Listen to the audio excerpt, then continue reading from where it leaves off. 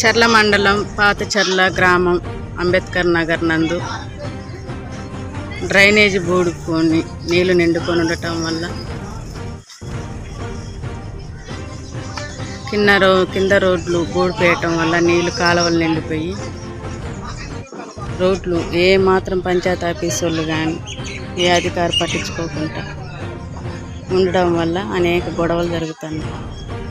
దయచేసి దీన్ని పరిగణలోకి తీసుకొని డ్రైనేజీ కింద నుంచి క్లీన్ చేసుకుంటే రాగలరు. రోడ్లు కూడా కాస్త పట్టించుకొని క్లీన్ చేయించగలరని పంచాయతీ ఆఫీస్ నుంచి కోరడం అయింది.